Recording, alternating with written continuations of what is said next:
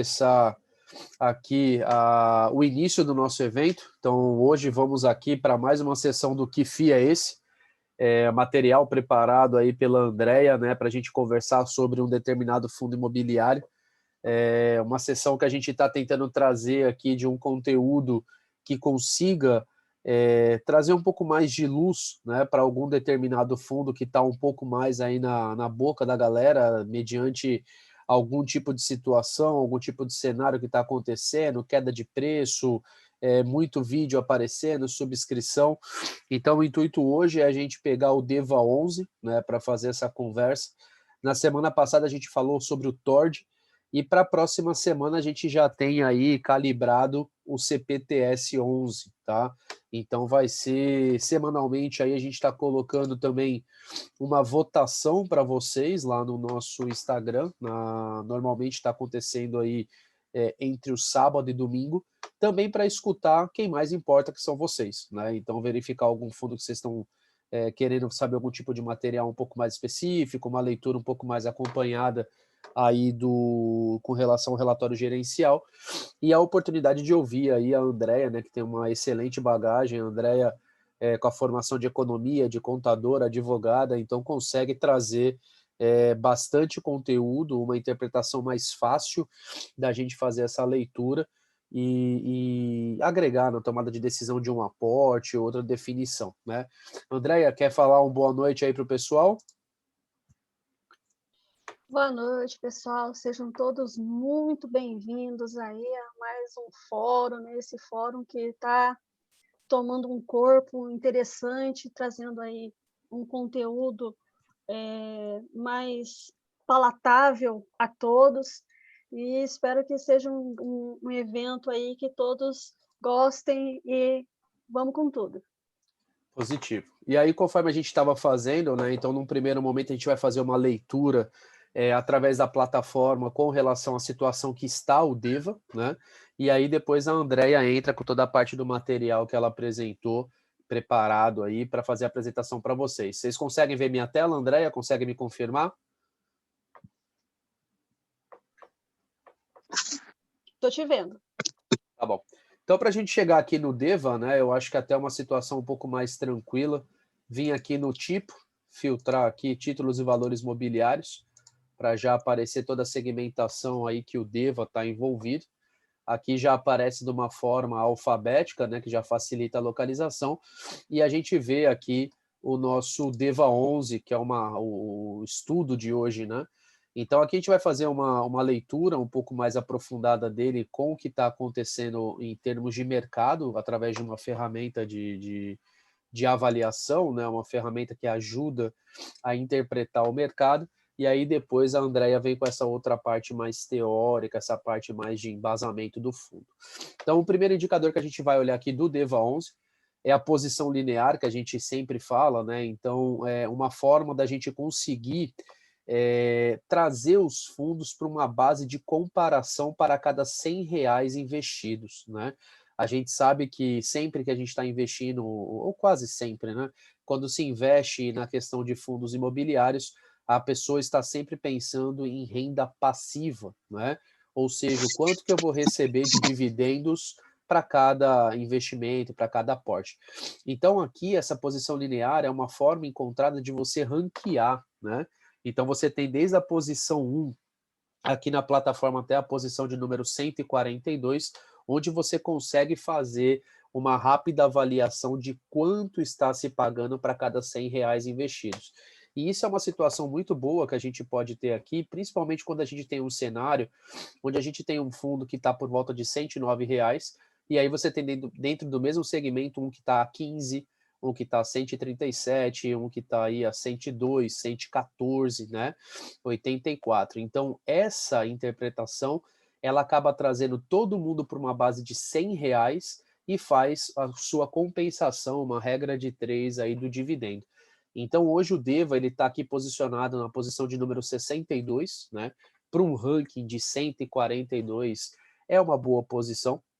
A gente tem até um aqui em cima, aqui, o CVBI, que está em 17º, e aí você vê, ó, 104 para 109.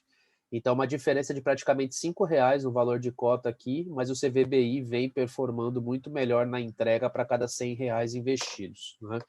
Mas é um número que não é um fator de eliminação, nada do tipo, é muito mais para saber o posicionamento do fundo, e é muito importante vocês olharem isso daqui quando vocês estiverem fazendo algum tipo de avaliação de aporte. Continuando, o Deva hoje ele está com 630 milhões de patrimônio. Isso foi possível através do último processo de subscrição.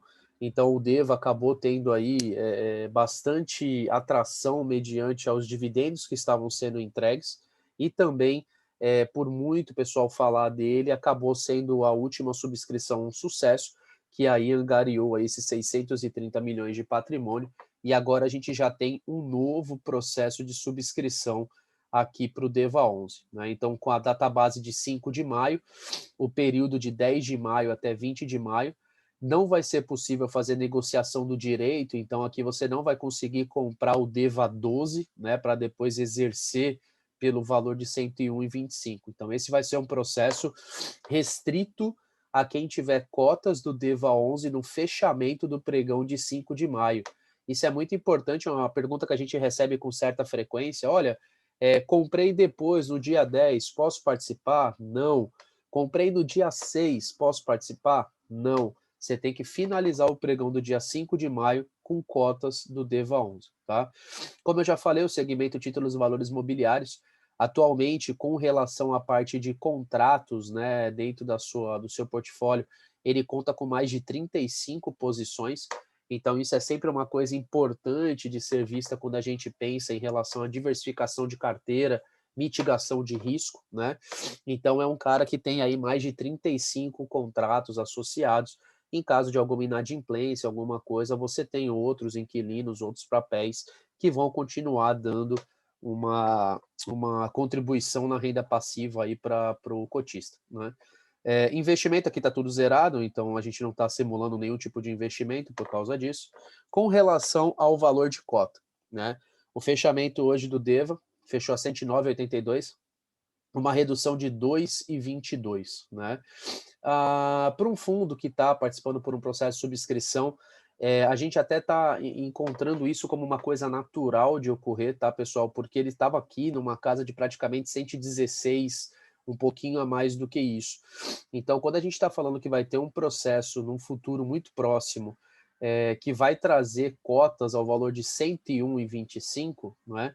É natural que muitas pessoas acabam efetuando lucro, né, vendendo essas cotas para conseguir pegar esse dinheiro e muitas vezes também entrar aí na questão de comprar uma cota mais barata ou fazer algum outro tipo de estratégia, tá? Então, para quem está interessado no DEVA 11, a gente tem uma tendência, tá, nos próximos dias, que esse valor continue aí caindo, né?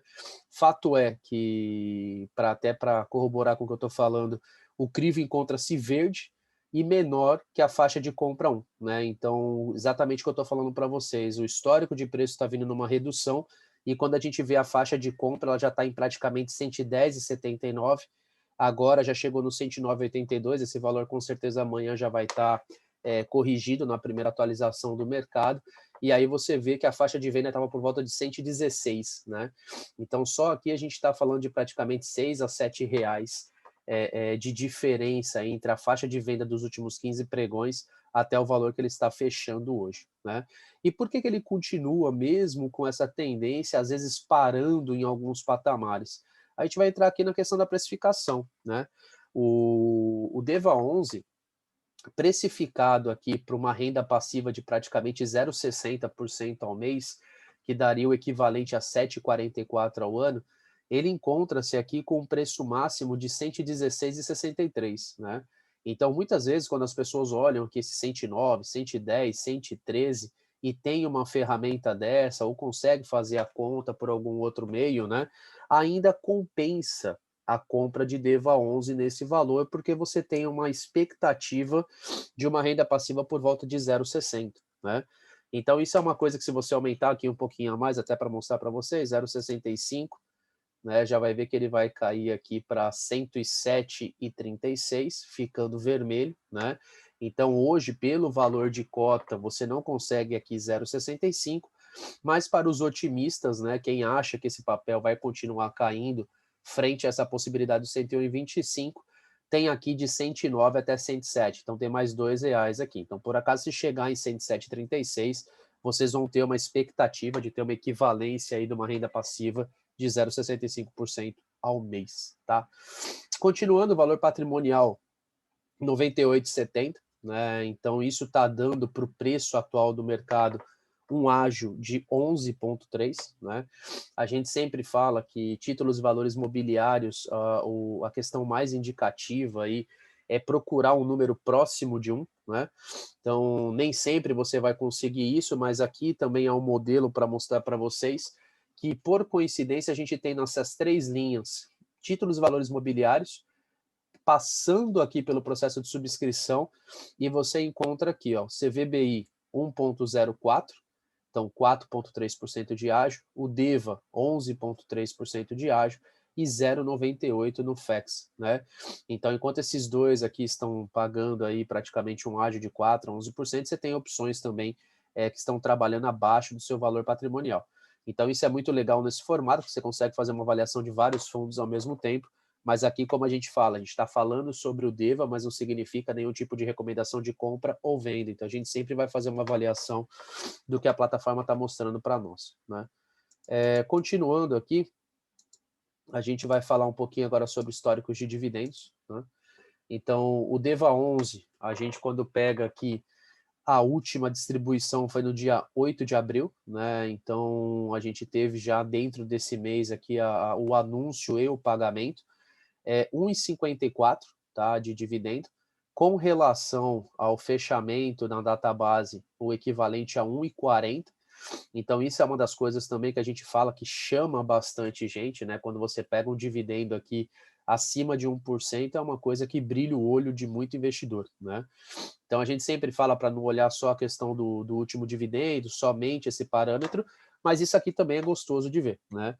Lógico que você olhar um 1,40 desse no dia 8/4 e você vê uma subscrição, naturalmente você sabe que isso pode dar uma caída no valor da cota, como a gente está vendo, mas o fundo vem performando de uma maneira interessante de ser visto, né?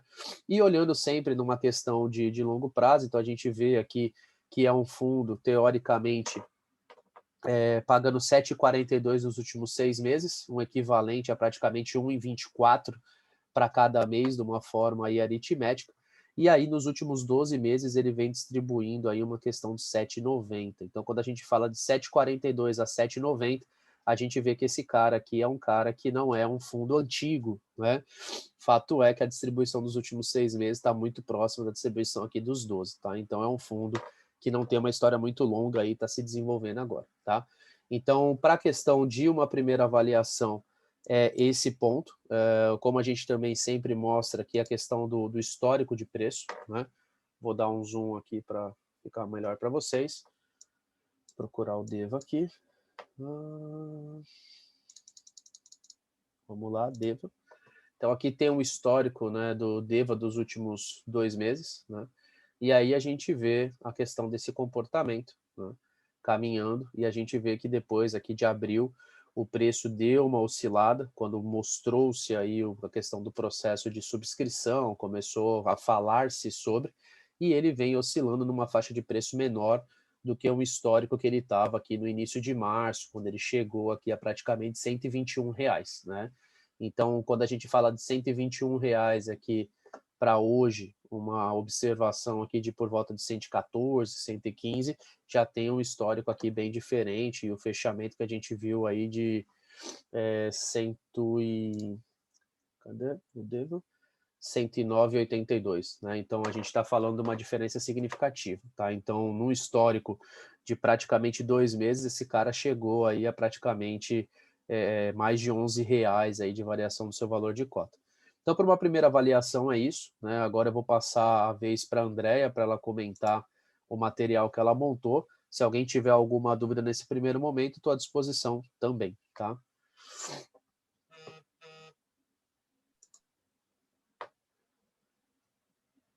Andrea, quer dar sequência? Deixa eu só tá. Deixa eu só compartilhar aqui a minha tela.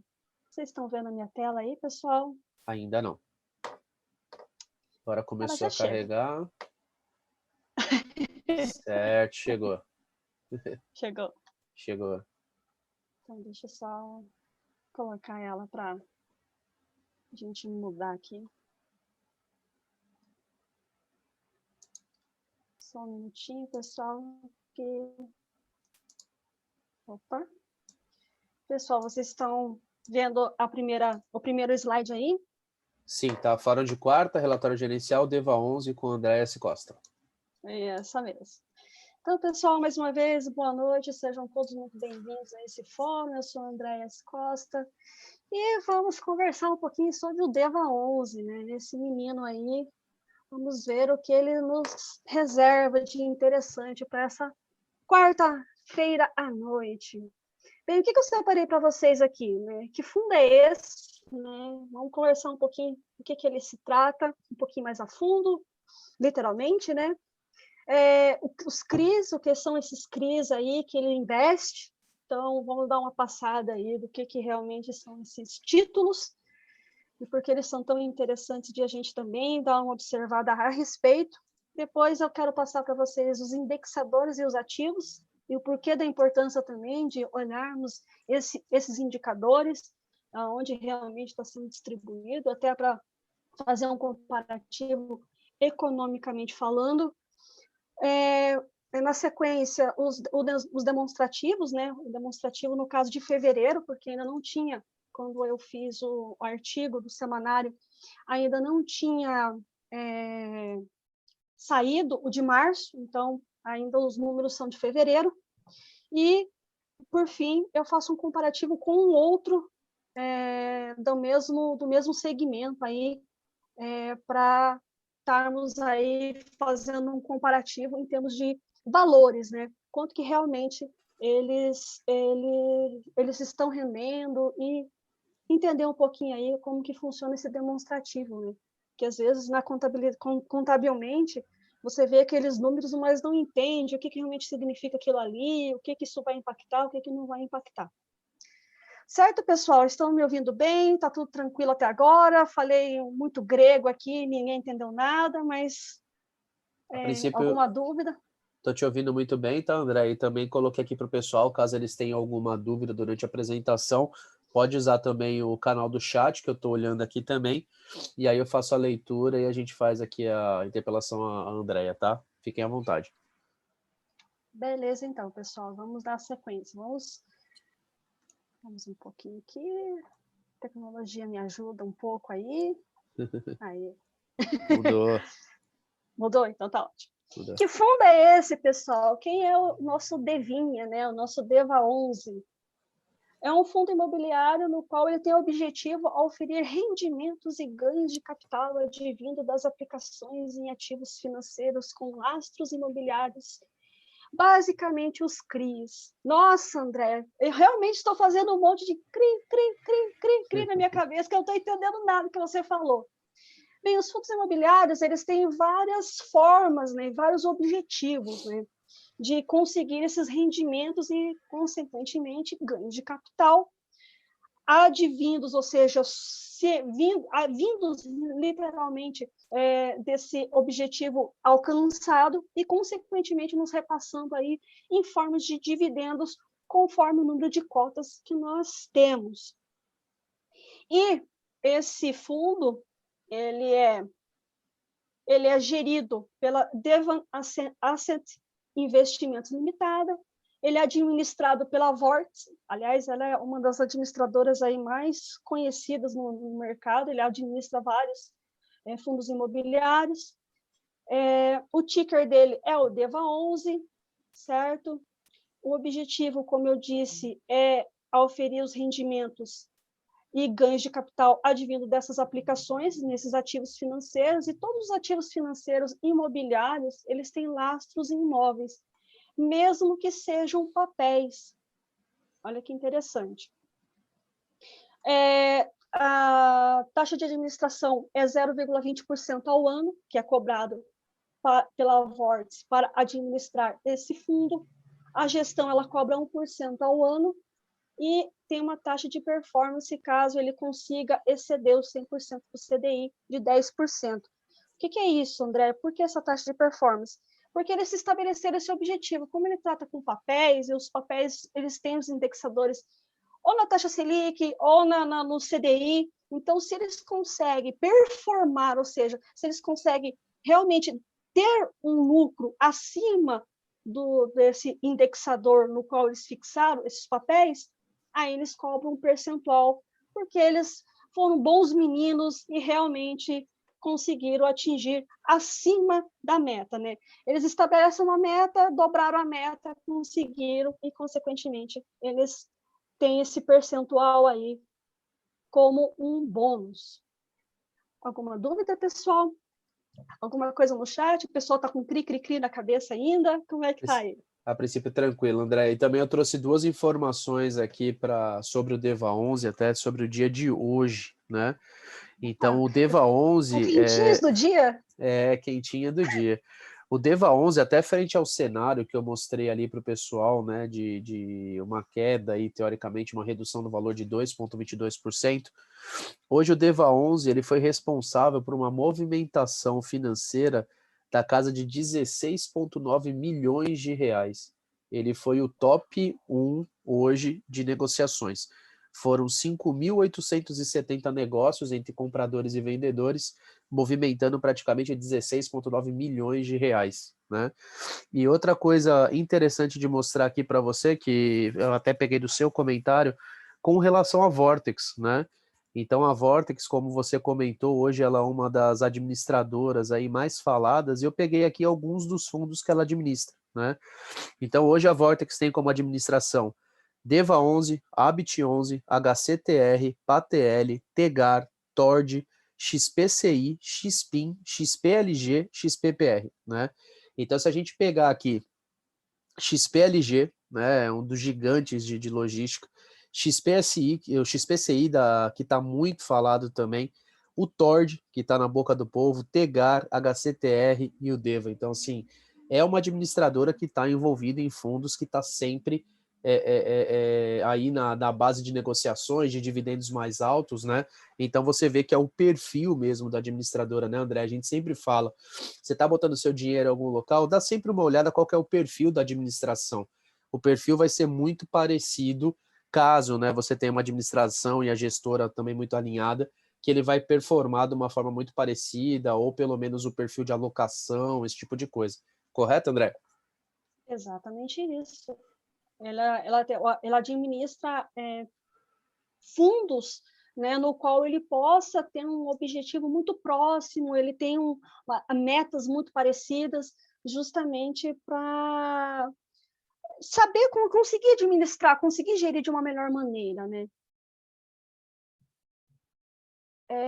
E dando sequência, então, pessoal, muito relevante esses fatos aí, pessoal. O que são esses CRIs, né? Por que eles investem nesses certificados? Né? O que são esses certificados na real? Eles são títulos de renda fixa que têm a seguinte função, de representar a promessa e um pagamento futuro em dinheiro. Então, eles emitem esses papéis, tem todo um trabalho aí para que eles consigam emitir esses papéis, e eles prometem um pagamento futuro em dinheiro com rendimento. Eles são títulos da renda fixa, só que lastreados em imóveis. E a remuneração, como eu acabei de citar, eles ocorrem muito próximos do formato da renda fixa, ou seja, eles são previsíveis. Então, você sabe muito próximo de quanto você vai receber. E, ao comprar um título, você sabe como será calculada essa rentabilidade, em que realmente ele está fixado. Em geral, esses papéis, eles são pagos, né? eles são taxados, né? Conforme ou a inflação, né? Ou algum outro índice de preço, que pode ser o IPCA, IGPM, entre outros moldes. Então, esses são como eles são remunerados. A gente chama isso de uma taxa pré-fixada. Posso dar sequência aí, Henry? O pessoal está quietinho hoje. André, eu O que tenho aconteceu? uma dúvida, né? Acho que pode Pode ser a falar. dúvida do pessoal também. Quando a Vamos. gente fala em CRIs, tudo, né? Uhum. A gente até ouve de vez em quando assim, é como se fosse um financiamento, né? E, Isso. e é É um também empréstimo. é como se fosse um empréstimo, um financiamento, e também eu acho que é interessante de comentar com o pessoal para olhar nos relatórios gerenciais quem é o tomador, né? Porque Uhum. muitas vezes você tem CRIs, me corrija se eu estiver errado, tá, Andréia? Que são para Pode falar. empresas também, né? Então, às vezes você Sim. vê Natura, você vê a TAM, você vê outras empresas, né? Magazine Luiza, que acabam utilizando desses CRIs também de fundos imobiliários de títulos e valores mobiliários, muitas vezes para fazer financiamento de melhorias internas, esse tipo de coisa, né? Então, me corrige de novo se eu estiver errado, tá? Mas é muito bom quando você tem esses CRIs, que normalmente o tomador é uma empresa grande, consolidada, porque você tem uma garantia maior do pagamento, de não ter inadimplência nesse papel. Tô certo, André? Sim. Aí o que acontece? Esses papéis, esses CRIs, eles têm divisões. Então, tem os papéis em que você, adquirindo eles, você vai receber primeiro, e tem aqueles que você vai receber por último. Então, muito cuidado, e é muito bom você ter tocado nesse ponto, que tipo de CRIs que aquele determinado fundo imobiliário está investindo. Como Acho eu que é falei aquilo na semana passada, desculpa, é aquilo acho que o pessoal chama de subordinada, né? isso, exatamente. Os subordinados, eles estão nesse, ou seja, ele está subordinado, ele está atrelado ao CRI principal. E o que acontece? Caso dê algum problema, o principal vai receber primeiro, e olha só, e se sobrar dinheiro, paga-se os subordinados, que é o alerta que eu fiz a semana passada em relação ao TORD. O TORD, ele tem muitos CRIs subordinados, então tem que olhar ele com uma certa ressalva.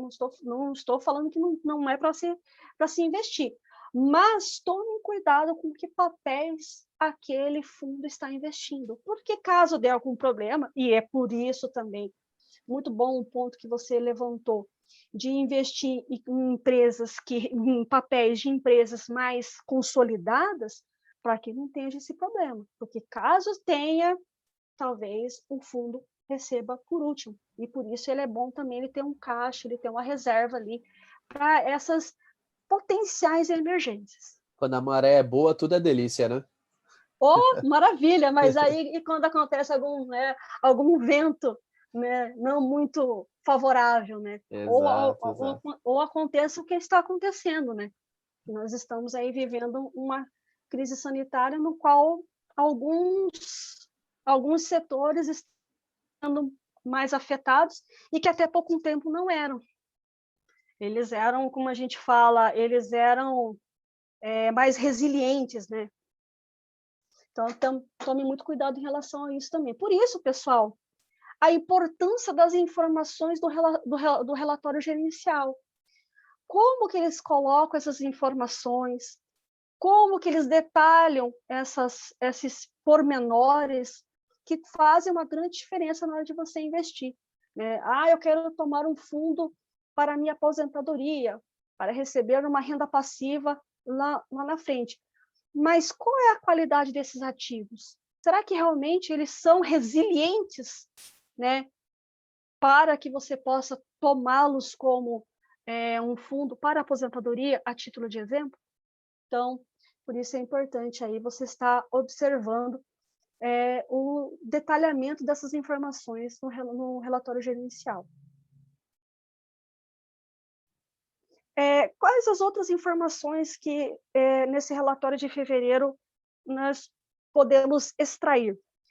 Segundo o gestor, né, eles trabalharam com dados fornecidos no período de janeiro e fevereiro, e em fevereiro, mais especificamente, ele distribuiu R$ 1,28 por cota, o que correspondeu aí um dividend yield de 1,27% no período, representando como resultado mensal, frente ao CDI, lembrando que a meta dele passar o CDI, ele colocou como 1.115,60% frente ao CDI. Então, eles estão mostrando, o gestor está contando para nós que eles bateram muito acima a meta de ultrapassar os 100% do CDI.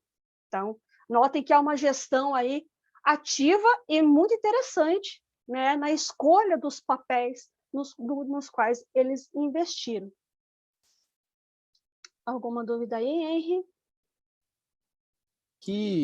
Andréia, teve o comentário do Anderson comentando que ele seria muito exposto ao IGPM.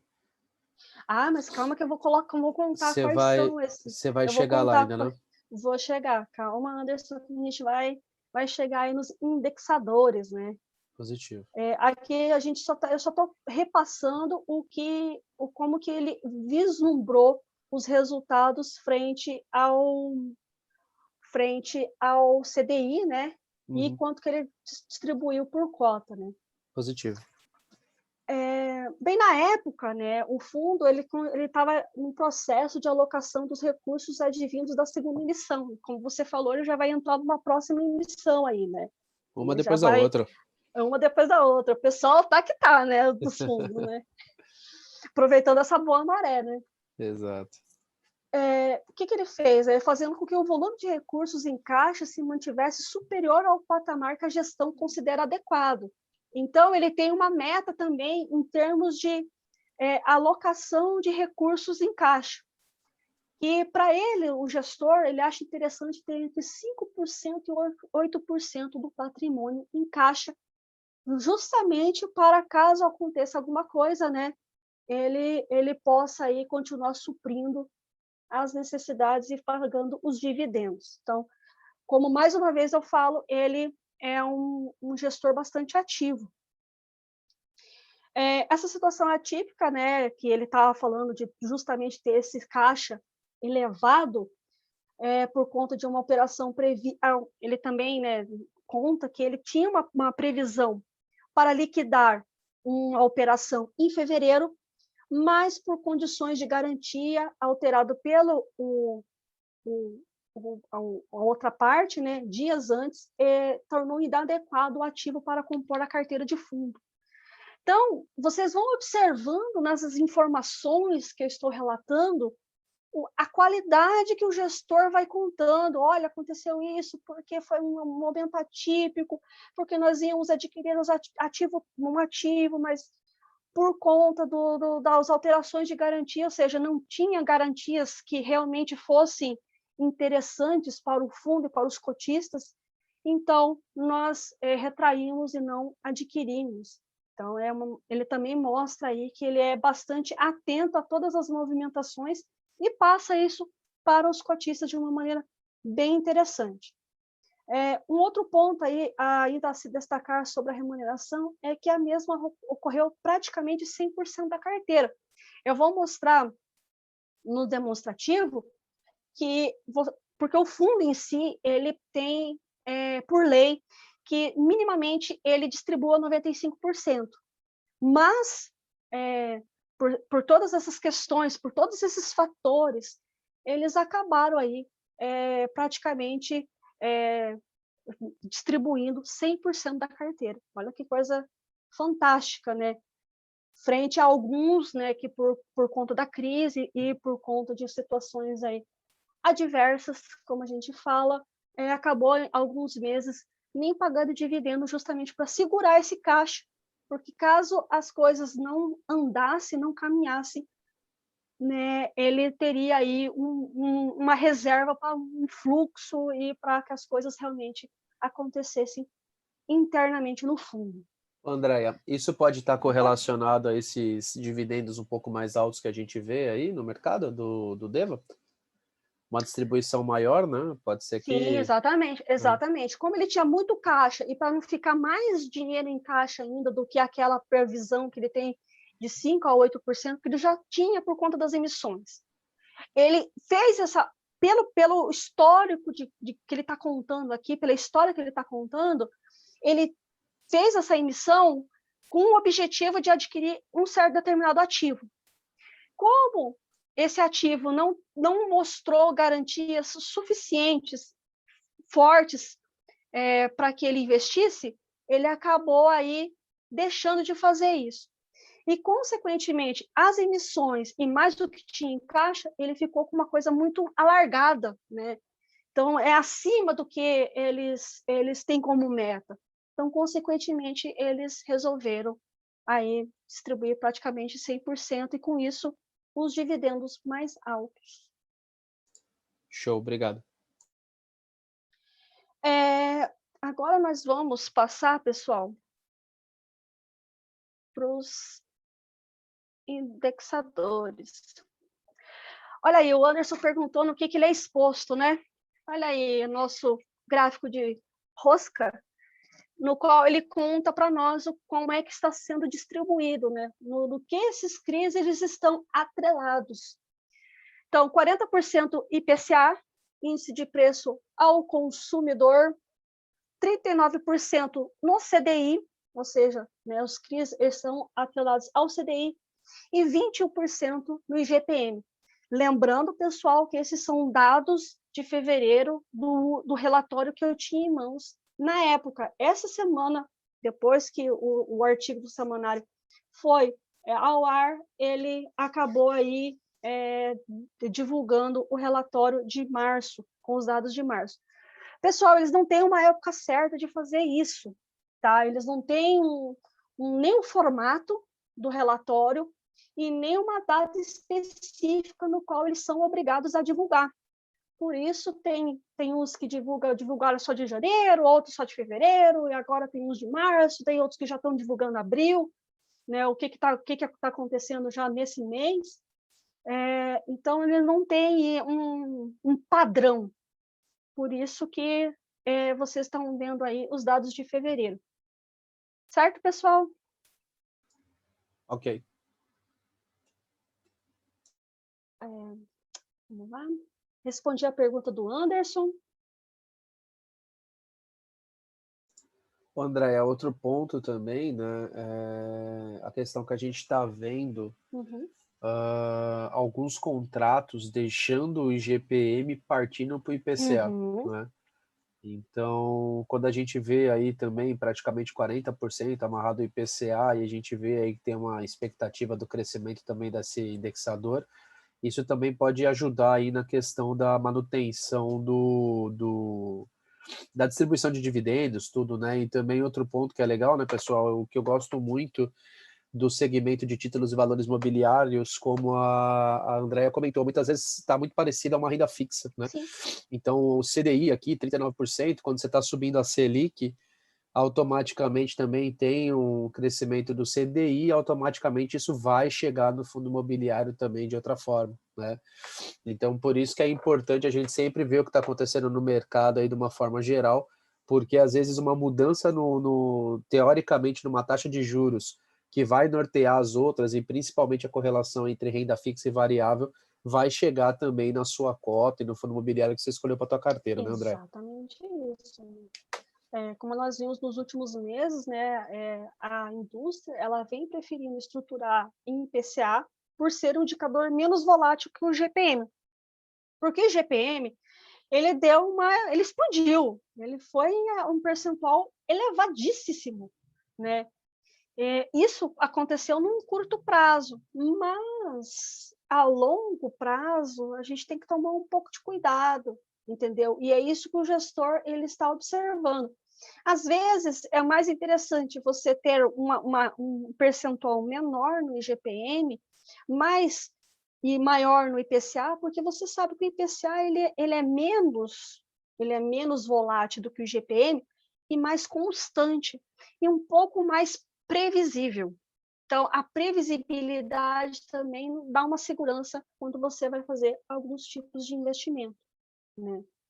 E também tem a ótica do investidor da dívida, né? Que é como se fosse preferir abrir mão de um rendimento mais elevado no curto prazo, mas com possíveis riscos de inadimplência, né? Do que você ir pensar no longo e médio e longo prazo aí investido no IPCA.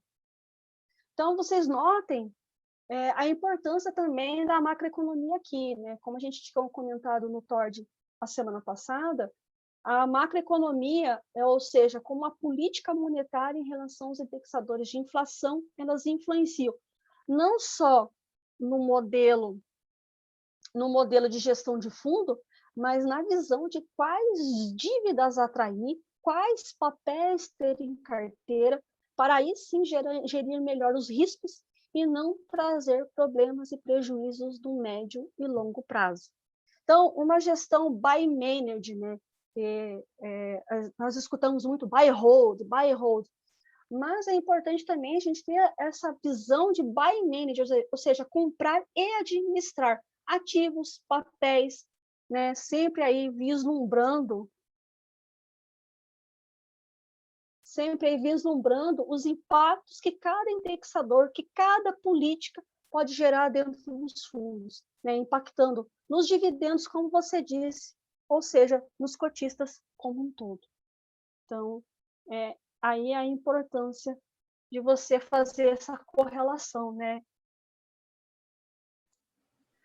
Eu também quis trazer aqui os ativos, né, dele. Então, 61% dos ativos desse fundo são em CRIs e 39% estão em caixa, justamente aí por conta dessa situação aí que eles falaram, o gestor comentou aí, né, desse aumento em relação às emissões e os ativos que até em fevereiro ele não tinha adquirido por conta de problemas de garantia. Tudo tranquilo aí, pessoal? Estou falando grego ainda. Aqui no chat está tranquilo também, Tá André. tranquilo? Também. Ó, o Vinícius colocou que está tranquilo ainda.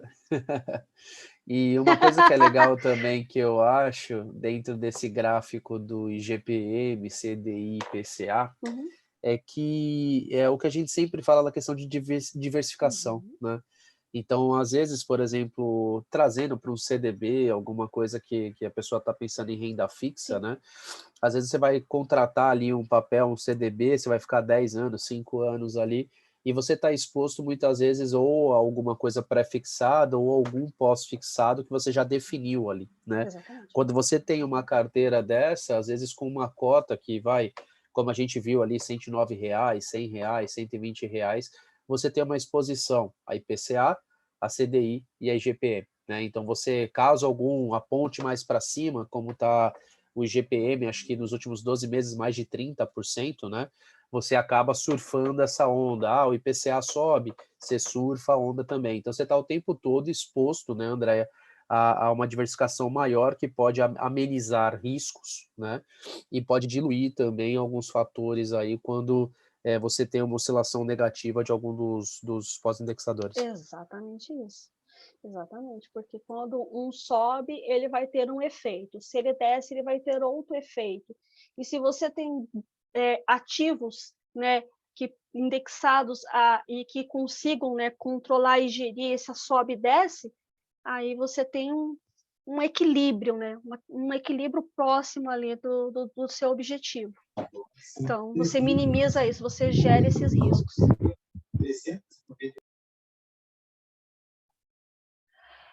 Bem, pessoal, e vamos ao demonstrativo do DEVA, né, de fevereiro, né? Aqui ele ainda coloca o de dezembro de 2020, janeiro de 2021 e fevereiro de 2021. Então, note aí que ele distribuiu aí nos meses, né, de janeiro, fevereiro, 100% da cota. Né? Se você fizer ali as receitas totais dos CRIs, né, aí somando os juros, você soma a caixa, a correção monetária e os juros, vai dar essa receita total, diminui as despesas dos fundos, né, despesa do fundo, menos a reserva, deu esse valor aqui, e um menos o outro, deu esse total distribuído aqui de 3.938.607,38, né? Uma distribuição de cota de 1,28. A cota na época estava valendo 10,50 e em janeiro 1,95. Então, notem aí que ele realmente ele tem uma receita muito expressiva, né? Uma despesas controladas, né? E, por isso, ele conseguiu aí fazer a distribuição de 100% da, da, né, do rendimento aí.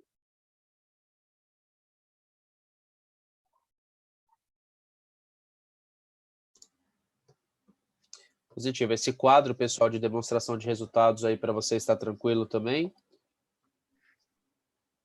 Tem alguma dúvida nesses demonstrativos contábeis, né? Esse demonstrativo de resultado, ele é bem simplificado perto de uma empresa em ações, porque os fundos eles não são empresas, né?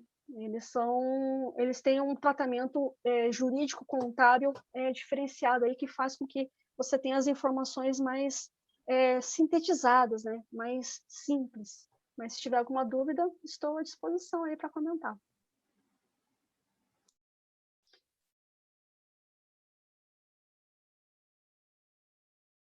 Então, vamos ao comparativo que eu fiz também de um fundo nos mesmos moldes do DEVA, né? Que é o HGCR11, né? É um fundo administrado e gerido pela Credit Suisse. Aliás, eu achei o relatório gerencial deles muito bonitinho, muito bem estruturado. Não é uma recomendação, por favor, pessoal. Mas quando você, como eu falei anteriormente, a qualidade do relatório, ela também mostra o cuidado que o gestor tem, o cuidado que o administrador tem em relação ao fundo. Você pode ver que até o demonstrativo, ele é mais denso, ele é mais cheio de informações, ele é mais cheio de detalhes em relação ao outro que é um pouco mais simples, ele é um pouco mais objetivo, ele é um pouco mais direto. O fundo ele encerrou o mês com 94,4% do patrimônio alocado em ativos, o outro ele alocou 100%, esse alocou 94,4%. Onde a posição de CRIs é distribuída em 52,9% indexado ao CDI e 47,1% indexado a índices de inflação. Então, notem aí que esse fundo ele já é um pouquinho, a gestão dele já é um pouquinho diferente, um pouquinho mais conservador, né? Porque 52,9% indexado ao CDI é bem expressivo, né? Frente a 47,1% que está distribuído em IPCA, IGPM, entre outros aí, índices de inflação. Durante o mês de fevereiro, houve pagamento de amortização extraordinária parcial, né? Por isso aí teve um resultado aí um pouquinho diferente. Ainda foi realizado um resgate antecipado do CRI Shopping Raposo, e o resgate ocorreu por opções dos devedores de realizar um refinanciamento da dívida, então aí também impactou no fundo. Então, vocês notem que essas informações, elas vão mostrando aí qual é o impacto que tem em relação ao resultado. E, né, sintetizando tudo isso, a receita recorrente foi de 12,236.859, como a gente está vendo aqui. Receitas essas advindas de CRIs, que é mais de 90%, e de FIIs. Ele é um pouco híbrido, né? Ele não só tem receitas advindas dos CRIs, mas ele também investe em outros fundos. Tem algumas receitas não recorrentes, ou seja, elas são extraordinárias, né, dentro da composição do resultado, como a gente nota aqui, de 2.434.301. A renda fixa rendeu para eles 97.938, tendo um total de receita aí, porque a gente vai somar as receitas recorrentes, o total das receitas não recorrentes, a renda fixa em 14.769.098. Subtrai das despesas operacionais. Opa, deu um negócio aqui. Deixa eu voltar né? Acho que era o último slide. O meu computador deu um tilt aqui. Se emocionou. Eu acho que sim, ele nunca viu tanto número. Ele não está acostumado com ele não está acostumado com tudo isso. Tadinho do meu Acer.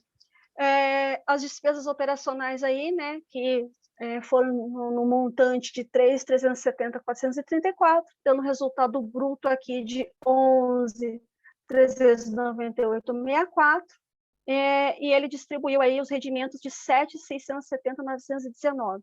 E a quantidade de cotas na época, pessoal, fevereiro, 12.372.450. Andréia, pode falar. Uma dúvida. Quando a gente Pergunte. vê o resultado líquido, né, e depois o rendimento, essa diferença aí que a gente está falando de 11.398 menos 7.670 tem 3.728, né? Esse valor ele fica no fundo? Como que funciona essa parte, você sabe? Ele fica no fundo, ele deixa como se fosse uma reserva. Ele pode deixar como se fosse uma reserva, ele pode deixar em caixa propriamente dito. Aí vai muito da política dele em relação ao momento, Henry. Ele não tem. Mas aí, por exemplo, pode falar. Por exemplo, nesse caso aí, a gente está falando de 3.728 contra 7.670, a gente está falando praticamente de 48% aí que não foi distribuído, né? Então, dependendo de quanto que ele está ali distribuindo na cota, o cotista tem pelo menos uma segurança que dentro daquele período do semestre tem 48% da distribuição desse mês para ser feito ainda, né? Exatamente, essa é a previsão. Até porque ele falou que o que aconteceu no mês? Foi um resgate antecipado do CRI Shopping Raposo. Então, isso também ele impactou aí nessa distribuição. Então, ele preferiu, vou distribuir esse tanto, né? E vou deixar ali reservado para alguma eventualidade. Que ele pode fazer realmente uma reserva ou, pura e simplesmente, ele deixa em caixa e faz a distribuição no mês seguinte. Isso é uma coisa sempre importante de ter na cabeça, pessoal, investidores, né? Que pela legislação a distribuição dos 95% tem que acontecer a cada semestre contábil, né? Então isso que eu frisei aqui com a Andréia, que a gente não é mensal. Legal, exato, porque isso como a gente brinca, né? Tá jogando com o regulamento debaixo do braço, né? Então se ele tiver lá um pagamento de multa, alguma coisa, que a gente conversa com muita gente, né? Então o pessoal às vezes acha, por exemplo, o inquilino saiu, vai pagar uma multa de não sei quantos milhões. Aí o pessoal sai comprando cota doidado, né? E aí muitas vezes o dividendo não muda. Por quê? Essa distribuição, ela tem que acontecer no semestre contábil, né? Exatamente. Então, se aconteceu lá em junho, tudo bem, a probabilidade de você receber é praticamente 100%. Mas se é um evento desse que está acontecendo em janeiro, fevereiro, tomem cuidado, né? Principalmente com o XPCM, que a gente viu isso atrelado à multa da Petrobras, né? Então tinha muita gente caçando essa multa, né? Até porque o valor da cota diminuiu bastante, mas a distribuição ela é feita a cada semestre contábil, né? Então o gestor não está fazendo nada de errado. Eu costumo usar de exemplo também, Andréia, o XPML no ano passado, que por 3 meses o gestor segurou o pagamento e a gente escutava, é o fim do XPML, meu Deus, vai acabar tudo. E, na verdade, o XPML estava usando até para renegociar CRIs que tinham, né? Então, ele estava antecipando, estava pagando porque o gestor percebeu o momento difícil, segurou a distribuição para fazer alguns outros giros de carteira, giros de contábeis que ele precisava, porque está dentro do regulamento. É a cada semestre contábil 95%, tá, pessoal? Exatamente isso. Ele está trabalhando com o regulamento literalmente debaixo do braço. Até para justamente num momento atípico, totalmente atípico, né? Ele segurou e ele renegociou, né? Exatamente. Então ele pagou mais barato, ele teve algumas vantagens ali justamente para futuramente voltar a distribuir os dividendos conforme a lei obriga. Então, por isso que é importante aí esses termos contábeis para a gente começar a entender por que ele faz isso, por que ele faz aquilo. Ah, mas por que ele renegociou? Ah, por que ele antecipou? Então, tudo isso tem um motivo dentro da gestão ali do fundo. E esse fundo, né, com esse número aí, com esse rendimento e a quantidade de cotas e como ele distribuiu, ele acabou distribuindo 62 centavos pagos em março, né, de dividendo aí por cota. Esse HGCR11. Então, o outro, como ele estava o DEVA, como ele estava numa posição confortável, ele fez a emissão e não adquiriu aquele ativo porque ele vislumbrou que sem a garantia necessária não seria interessante para o fundo, não seria interessante para o cotista, aí ele resolveu fazer o quê? Vamos pegar e fazer uma distribuição de 100%, praticamente 100% do que rendeu naquele mês. Perfeito. Seria isso, pessoal. Alguma dúvida? Eu falei muito rápido, eu falei grego, eu falei muito cri. Como é que ficou aí para vocês? Pessoal, dúvidas, comentários, sugestões, fiquem à vontade. Dormiram? O Fausto colocou aqui aconteceu? tranquilo. Eu vou compartilhar minha experiência, assim, né? É o que eu gosto muito de falar também. A Kátia também comentou aqui que foi muito bom, né? Eu acho que até a gente que tem mais tempo de investimentos, tudo, né? É muito legal ver uma leitura dessa, porque você acaba fazendo uma reciclagem, né? De conceitos, de parâmetros, fazendo também uma outra leitura do cenário macroeconômico. Então, assim, para mim é muito enriquecedor esse momento. Acredito que também para os demais, né? Estamos aqui em 12 pessoas e eu acho que isso é muito bacana, André. É um material muito rico de conteúdo, né? De valor agregado e que me agrega demais aí no dia a dia do mercado. Muito obrigada. Estamos aí com esse intuito, né, de esclarecer, de tentar facilitar aí aos investidores para melhor degustar aí as informações e, consequentemente, tomar decisões, né, de uma maneira mais segura, tomando menos risco, porque nos investimentos nós temos que gerir riscos, Exato. diversificar e gerar riscos, né? Acho que esse é o ponto-chave, né? Tem uma pergunta aqui do Vinícius para você. Andréia, queria saber de ti. O que devemos procurar de informações essenciais no relatório gerencial de um FII? Muito boa pergunta. O que eu observo quando eu olho? Primeiramente, as informações em si, como é que ele trata essas informações. Nos primeiros parágrafos ali, se eles começarem a falar uma linguagem muito rebuscada, muito difícil, você já vê que ele não está sendo claro, ele não está sendo objetivo. Acho que é importante você ser objetivo quando você vai passar essas informações. Os cotistas, nem todos têm uma formação contábil, uma formação econômica, são investidores, e eles precisam, para tomar decisão se realmente vão investir, se vão ser cotistas daquele fundo, se as informações são palatáveis, são de fácil acesso. Então, o que eu olho? Primeiramente, o que ele fez naquele mês que gerou resultado? E que resultado gerou? Então, eu vou olhar aqui, como ele falou, o que ele fez no mês, né?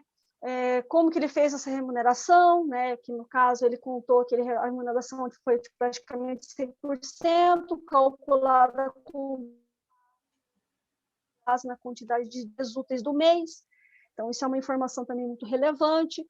A linha de tempo das alocações, como é que ele alocou no período, quais são, por exemplo, se é um fundo de papéis, quais são os indexadores, né? Então, olha, é um indicador interessante de você saber quais são os tipos de CRIs, né, que ele também tem na carteira, como que ele vem distribuindo esses dividendos, quais são os tipos de ativos, né?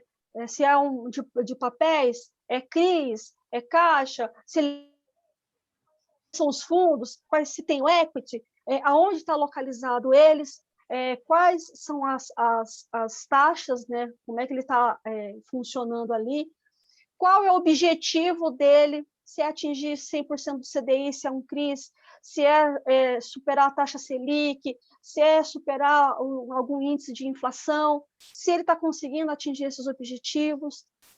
ver os demonstrativos, né? Vocês notaram que ele é de fácil, assim, a priori, claro que não é fácil de você entender como que foi gerado, mas você bate o olho e você vê, ó, teve lucro, não teve lucro, né? Realmente quanto que foi distribuído.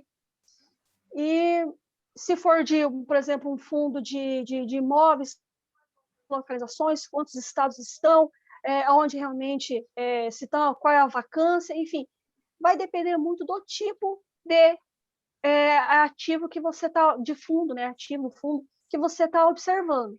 Então, para cada fundo, Vinícius, né? Para cada fundo, Vinícius, você tem uma quantidade de indicadores e de fatos relevantes que é importante você observar no relatório gerencial. Não sei se foi muito abrangente. Andréia, só para também pegar o gancho, o que eu gosto muito de fazer também, a gente acaba até pelo uso da plataforma, tudo chegando ali em Sim. 3, 4 fundos parecidos do mesmo segmento. Sim, sim, E sim. eu gosto de colocar principalmente essa última tabela do demonstrativo aí financeiro, uma do lado da outra, né? Então, Sim, para sim, ver, poxa, olha, tá com o mesmo perfil de valor de cota, né? Qual que sim. é qual que é o resultado final de um fundo, do outro, né? O quanto que ele O está patrimônio distribuindo. dele. Exato. Então, acho que quando eu coloco essas tabelinhas aí do último slide, né, que você mostrou, eu acho que isso fica muito legal. E uma coisa que eu gosto também, até a pergunta foi um pouco dentro do que eu faço, mas eu gosto muito quando o fundo tem um valor legal de dividendo e eu ainda percebo que ele está segurando ainda uma parte porque ele teve um lucro adicional que ele não distribuiu. Então, isso me dá um pouco mais de segurança e a gente consegue isso muitas vezes pelo relatório gerencial, né? O retorno do Vinícius aqui, ele colocou entendido, muito obrigado, bastante esclarecedor. Não é nada. Esse é o nosso intuito aqui, de Show. levar esses conhecimentos de uma maneira bem simples e fácil de entender. Mais alguma dúvida, pessoal? Utilizem o chat aí ou liberem o microfone para fazer a pergunta para a Andréia. Aproveitem aí para a interação com a nossa especialista.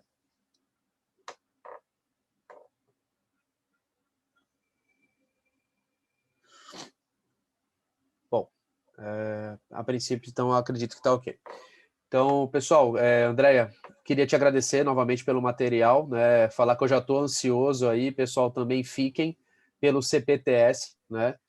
É um fundo aí que tem sido cada vez mais recomendado em carteiras abertas, então eu acho que vai ser uma leitura muito legal aí da Andrea com relação a esse fundo, né? Muito obrigado a todos vocês pelo tempo de vocês, mais uma vez eu gosto muito de agradecer, porque estamos aqui numa quarta-feira falando sobre investimentos, então muito obrigado. E André, passa a palavra a você aí para as considerações finais aí também e um tchau, tchau para a galera. Eu agradeço sempre poder passar esses conhecimentos, né? O Brasil, ele é muito carente de educação financeira, mais a fundo, né? Não que não tenha, tem bons educadores financeiros, mas essa oportunidade de você ter esse bate-papo, de você ter essa intimidade de conversar e de destrinchar aí um relatório gerencial, linkando com a economia, linkando com a contabilidade, mostrando como é interessante vocês observarem a qualidade do gestor, a qualidade do relatório, a qualidade do fundo, o que realmente os números mostram, o que realmente o relatório demonstra para todos nós. Esse é o nosso intuito aqui. E, mais uma vez, obrigado pelo convite aí, sabe que pode contar comigo sempre. Perfeito. Também o Vinícius, o Anderson colocou aqui muito bom, o Vinícius também agradece as informações e a capacidade de apresentar de forma fácil e dinâmica da André e do Henry. Muito obrigado, gente. E aí a gente pede também para vocês, quarta-feira, né, sempre vai ter esse fórum, para quem está gostando, convida um amigo, alguma coisa para também levar isso aqui para mais pessoas e também para cada vez mais a gente estar divulgando o trabalho, mostrando como que a gente pode agregar na vida das pessoas e principalmente no futuro, através de renda passiva e outras formas de investimento. O Fausto também aqui disse muito bom, tá? Eu tô achando, Vinícius, que isso aqui é alegria, alergia, né? Mas obrigado a vocês, a gente vai estar aqui, amanhã também tem a live com o Bernardo, né? Então a gente espera estar melhor aí também para continuar mostrando conteúdo de valor para vocês. Pessoal, é isso.